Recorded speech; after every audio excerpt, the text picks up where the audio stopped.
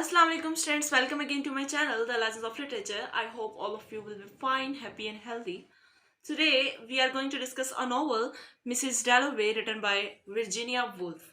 Virginia Woolf is one of the best authors of the 20th century and is considered as a pioneer of stream of consciousness. Stream of consciousness term भी मैं आपको introduce करवाऊंगी इसी story के अंदर. तो सबसे पहले अब हम इसके कैरेक्टर्स की तरफ आ जाते हैं. कैरेक्टर्स के अंदर क्लैरिसा डैलोवे सबसे नंबर वन पे, सबसे पहला कैरेक्टर यही है, क्लैरिसा डैलोवे. सेकंड नंबर पे है रिचर्ड डैलोवे जो कि उसका हस्बैंड है. थर्ड नंबर पे एलिजाबेथ डैलोवे, इनकी बेटी है. और पीटर वॉश भी एक कैरेक्टर है. और उसके बाद एक कैरेक्टर आ जाता है सेप्टिमस वॉरेन का, लुक्रीजिया वॉरेन और डॉक्टर ब्रॉडशा, डॉक्टर सर विलियम ब्रॉडशा, ये एक डॉक्टर है. ठीक है, ये कुछ कैरेक्टर्स इस समरी के अंदर जो है वो डिस्कस होंगे. तो बगैर टाइम वेस्ट किए अब हम समरी की तरफ आते हैं. सेटिंग इस स्टोरी की जो है वो लंदन में हुई है और this is the story of the day in June in 1923 and there is a calm in the air. People are enjoying their life and remembering their lives. और कौन सी लाइफ्स को वो रिमेम्बर कर रहे हैं? वर्ल्ड वार वन से पहले वाली लाइफ को. स्टूडेंट, यहाँ पे मैं थोड़ा सा आपको कॉन्टेक्स्ट बता देती हूँ कि वर्ल्ड वार वन से पहले की वो लाइफ्स को क्यों याद कर रहे हैं. याद इस तरह से कर रहे हैं कि जब वर्ल्ड वार हुई थी ना, उसने लोगों के माइंड्स के ऊपर, उनकी लाइफ्स के ऊपर, उनकी वैल्यूज़ के ऊपर और उनकी मोरालिटी के ऊपर बहुत ज़्यादा बुरा इम्पैक्ट डाला था. यहाँ तक कि लोगों की जो वैल्यूज़ थी वो उनके अंदर से ख़त्म हो चुकी थी, उनकी मोरालिटी, उनकी वैल्यूज़, और वो लोग डायरेक्शनलेस हो गए थे और डिसोरिएंटेड हो गए थे मीन.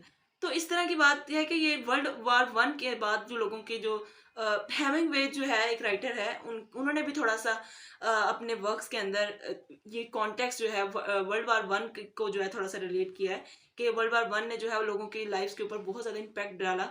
वो लोग जो थे उनकी जो मोरालिटी और उनकी वैल्यूज़ और उनकी लाइफ जो थी वो डिसोरिएंटेड होगी, सारा कुछ मतलब ख़त्म हो चुका था. और हेमिंगवे ने एक टर्म यूज़ की थी लॉस्ट जनरेशन की, कि उन्होंने एक बात कही थी कि जो लोग जिनकी लाइफ के ऊपर बहुत बुरा इम्पैक्ट पड़ा वर्ल्ड वार वन के बाद, तो उसने उन लोगों को लॉस्ट जनरेशन कहा कि वो लोग सब कुछ अपना खो बैठे हैं. तो वो लोग फिर नॉस्टैल्जिक रहने लगे थे कि वो अपने पास्ट की बातों को याद कर रहे थे कि पहले जो था वो सब कुछ अच्छा होता था, पहले जो थे लोगों के अंदर मोरालिटी भी थी, उनकी वैल्यूज़ भी थी, सब कुछ बहुत अच्छा था. लेकिन अब जो है वो लोग सब कुछ भूल चुके हैं. तो ये वर्ल्ड वार वन का जो है ना, यहाँ पे भी एक जिक्र हुआ है कि वर्ल्ड वार वन के बाद जो है लोग अपनी पुरानी बातों को याद कर रहे हैं, जो पहले उनकी लाइफ अच्छी थी लेकिन अब जो है उनकी लाइफ बहुत ज़्यादा चेंज हो चुकी है. तो अब इस टाइम इस टॉपिक को भी क्लोज करके अब हम बात करते हैं इसके कुछ टाइटल सिग्निफिकेंस की बात करते हैं. टाइटल सिग्निफिकेंस ये है, जैसे कि हमें इसके टाइटल से पता चलता है कि मिसेस डैलोवे. मिसेस डैलोवे मीन्स के ट्रेडिशनली ये एक ऐसी सोसाइटी को डिपिक्ट करी है जहाँ पे मेल जो है उसको डोमिनेंस मिलती है. ठीक है, मेल डोमिनेंट सोसाइटी की बात होती है कि वहाँ पे जो होता है कि वीमेन की जो आइडेंटिटी होती है वो अपने हस्बैंड के आइडेंटिटी के साथ रिलेट करती है. उसकी आइडेंटिटी उसके हस्बैंड की आइडेंटिटी के साथ जो है वो बाउंड होती है. और एक और बात कि क्लैरिसा जो है वो एक ऐसे आदमी से शादी करने की ख्वाहिश रखती थी कि वो जो बहुत ज़्यादा रिच हो, जो वेल कनेक्टेड हो और सोशली जो प्रोमिनेंट हो, इस तरह के आदमी से वो शादी करना चाहती थी. और उसने ऐसे ही किया. रिचर्ड के साथ जो उसने शादी करी, बेशक वो उससे प्यार नहीं करती थी लेकिन उसने सिर्फ सोशली प्रोमिनेंट होने के लिए भी खुद को प्रोमिनेंट करने के लिए उसने जो है उससे शादी की, क्योंकि वो लोगों के साथ इंटरेक्ट करना उसे बहुत ज़्यादा अच्छा लगता था. स्टूडेंट्स, अब बगैर टाइम वेस्ट किए हम स्टोरी की तरफ आते हैं. स्टोरी वहाँ पे स्टार्ट होती है कि क्लैरिसा जो कि इसकी मेन कैरेक्टर है, उसको लोगों के साथ इंटरेक्ट करना बहुत ज़्यादा पसंद है. तो उसने वो पार्टी को होस्ट करी है. ठीक है, वो बुके खरीद कर, एक फूल कुछ खरीद कर बाहर से अंदर आती है. जैसे पार्टी जो उसने ऑर्गेनाइज की हुई है वहाँ पे जब वो आती है तो उसकी मुलाकात पीटर वॉश से होती है. पीटर वॉश कौन है? पीटर वॉश जो है ये क्लैरिसा का पास्ट के अंदर एक उसका बॉयफ्रेंड था जिसने उसको प्रपोज किया था शादी के लिए, लेकिन क्लैरिसा ने उसको जो है वो रिजेक्ट कर दिया था. बिल्कुल बिल्कुल सिर्फ इस बुनियाद पे कि वो इतना ज़्यादा रिच नहीं था, वेल कनेक्टेड नहीं था और सोशली प्रोमिनेंट नहीं था, क्योंकि इसी वजह से उसने रिचर्ड से जो है वो शादी की. तो जैसे उससे मिलने के बाद जो पीटर वॉश है, उससे मिलने के बाद उसके माइंड में वो सारी पुरानी यादें जो हैं वो ताज़ा हो जाती हैं. स्ट्रीम ऑफ कॉन्शियसनेस चलती है, मतलब स्ट्रीम चलती है पूरे थॉट्स की. तो वो वही बातें सोचना शुरू कर देती है कि उसने जो डिसीजन लिया था रिचर्ड से शादी करने का, क्या वो सही था या गलत था. अब वो 50 ईयर की एज में अब वही बातें सोच रही है कि एक और बात बता दूं कि उसकी एज जो है वो 50 ईयर्स है.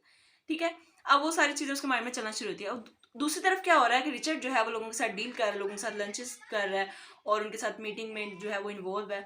तो और इसी तरह उनकी बेटी जो एलिजबेथ है वो 17 ईयर्स ओल्ड है और वो भी बिल्कुल उसी तरह लोगों के साथ इंटरेक्ट कर रही है। तो एक और जो इसका सीन है वो स्टार्ट होता है रिजेंस पार्क से। रिजेंस पार्क में एक और लंदनर है, लंदन का रहने वाला है सेप्टिमस वॉरेन। सेप्टिमस वॉरेन जो है वो शेल शॉक्ड पर्सन है, साइकोलॉजिकली डिस्टर्ब है और हेलुसिनेशन का शिकार है। हेलुसिनेशन कहते हैं कि जब एक चीज़ आपके माइंड पे स्टक हो जाती है और वो चीज़ आपको हर जगह नजर आती है।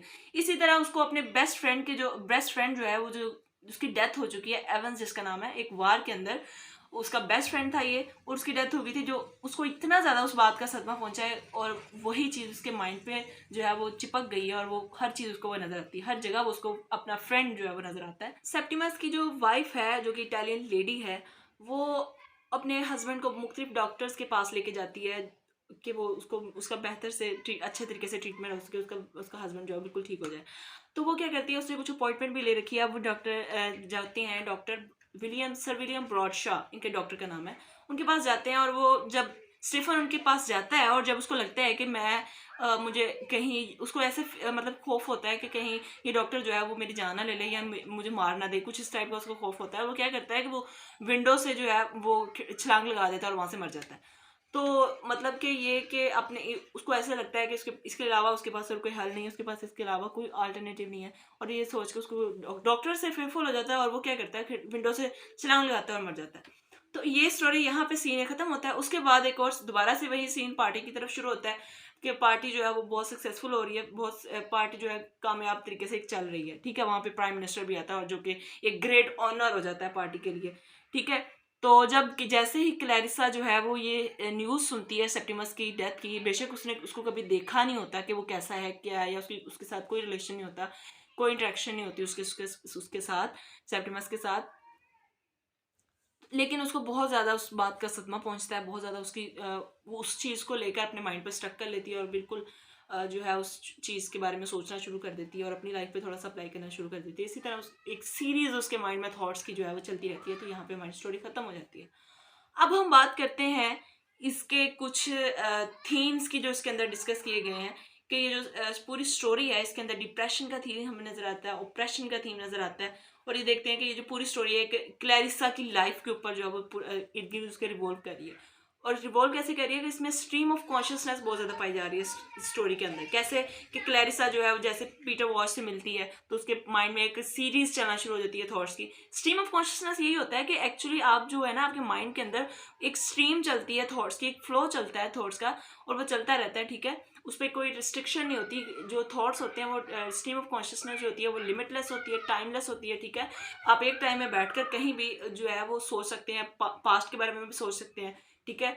तो इस तरह आप इसमें किसी किस्म की कोई रिस्ट्रिक्शन नहीं होती कि आप जो है वो अब इस टाइम नहीं ये बात नहीं सोच सकते या वो नहीं सोच सकते। तो ये कोई रिस्ट्रिक्शन नहीं होती। स्ट्रीम ऑफ कॉन्शियसनेस में फ्लो ऑफ थॉट्स जो है वो चलता रहता है।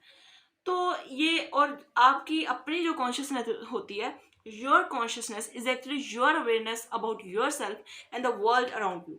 कि जो आपकी एक कॉन्शियसनेस होती है, जो आपका शऊर होता है, वो ये होता है कि आप अपने बारे में कितना जानते हैं, और आपका जो वर्ल्ड है या जो दुनिया है आपके इर्द गिर्द, वो उसके बारे में जो आपकी अवेयरनेस होती है, ये आपकी कॉन्शियसनेस होती है।